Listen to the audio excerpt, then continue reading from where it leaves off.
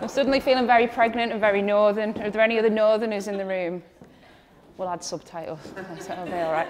And also this has started interrupting between what comes in my brain and out my mouth. So already we'll be on a journey together because I sometimes don't know what's going to happen. So we'll see what goes on. So I'm learning partner at Autotrader, incredibly blessed to work there. It's an amazing business. We've just been voted number 43 out of 700 businesses today for our D&I offering. So there'll be a party in Manchester without me tonight. So I fell into L&D. I don't think L&D is one of them careers that you talk to young children and you say, what do you want to be when you grow up? And they say, I'd love to be an L&D partner.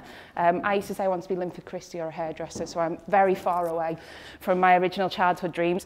But I started my career with Lego. And again, incredibly lucky to start a 10-hour contract out of uni, not quite sure what I was going to do, working in a store in Liverpool, one of, I think it was about 6 retail stores they had in the UK at that moment.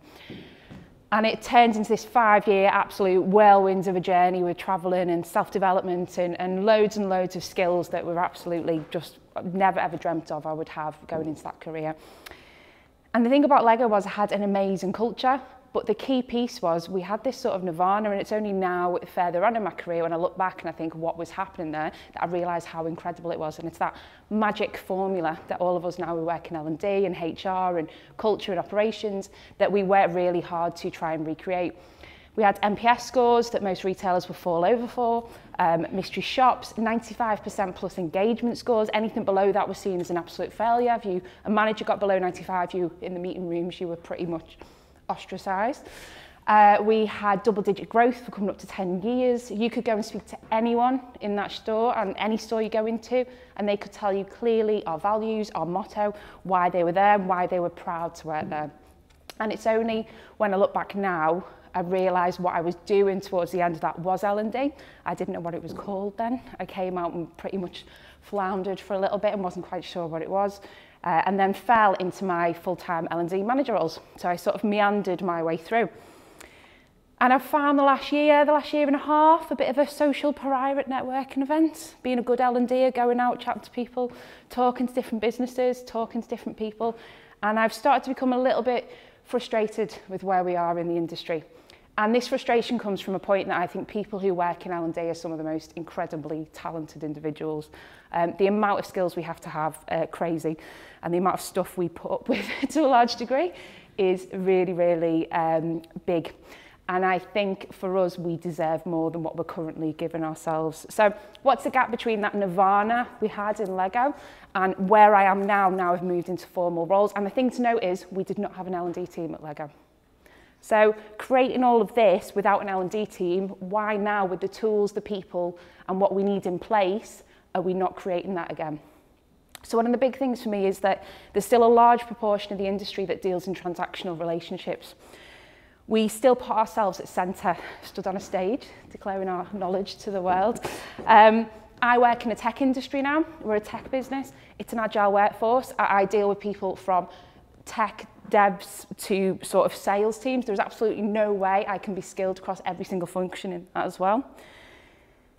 I work with people, and I've worked with people again, incredible people working in L&D who are running around at 100 miles an hour. They don't have a minute in their diary, but actually the change that comes at the end of that is so minimal compared to what we can actually do. We're still living in 4-box grids. Everything's in a 4-box grid in L&D. It's one of my favourite things one of my old managers told me. You can always find an L&D model by finding a 4-box grid somewhere. We recite books, we recite models, we recite theories, and it's really important we do build on those who've gone before us, but actually we're still dealing in real models and things that are not actually relevant to a modern workforce now. And what it does, it makes us into a passive function. And this is one of the big things for me, that we are now treated as we behave. And we've sort of fallen into this mould of that we are there as the bottom line. We're not always present at the table when decisions are made. And again, L&D are amazing human beings. We should be there at the start. So a few years back in my career, run a whole day for a CFO, desperate to impress. We were all pretty certain that she didn't think a lot of our team. We were pretty much a byproduct. So organised this full day, venue, whole day's activities, things done, worked really hard at it because it had to go well. Gets to 12 o'clock, the lunch doesn't turn up. Who volunteers to run around Manchester to get lunch for 50 people?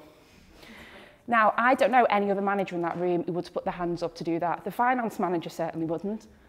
there wouldn't have been any devs in that room who would have done that. But for me, as working in L&D, feeling like I had to prove myself and I had to sort of say, I'm valuable to be here and be part of your team, that was a choice I took on. And we can see it across industries as well, reduced headcounts, reduced budgets, big requests coming through with minimal budgets to actually enable them. So we need you to deliver this, but we're actually going to cut your budget by 80%. We're expected to be absolute wonder workers. And I say we're amazing, but we're not magicians as well. And I think the main thing we need to get back to, and it's a difficult conversation, but I think the biggest thing we need to get back to is actually, this is about us. And I think we rely so heavily on the minute VR is going to save us. It's okay, once we get our virtual reality in, we'll be all right. The sales team are going to absolutely excel themselves. We rely heavily on external systems, and we think this new digital revolution will save us. It's not going to. One of the biggest things to see is that actually it's us as people working in that industry. Now, whether we like it or not, we are L&D. We are a brand. We are the face of L&D. When we go out and we speak to people and we do all these things, it's us who is selling our product. We are selling products. We are marketeers. We create these things that we need to engage with our business with to make sure that it is for them and they want it and they actually know how to use it as well. So we need to audit ourselves, and I think it's a very honest conversation in the industry we need to have, and we're not currently having, that actually, are we fit for purpose now? The roles, if you look now, there's loads of incredible L&D roles at the moment. They're still asking for psychometric testing. Are you CIPD accredited? Says the girl with CIPD behind a LinkedIn, so I should have changed that before the event. We're asking for things that actually we know when we get them people with that set list of tick box skills and we get them into role, they're not necessarily creating the results that we want in our businesses. What would be really good is if we start to remarket ourselves. So what do we actually need to be? And again, as I say, people who work in L&D are amazing. You have to be a marketeer, a strategist, a data analyst. You have to have off-the-charts communication skills, facilitation ninja. I think if you add ninja at the end of everything, it just sounds instantly better. So just add that into a job spec as well. And the key thing is that we need to just get out of the way, because at the moment we're blocking our industry from moving forward.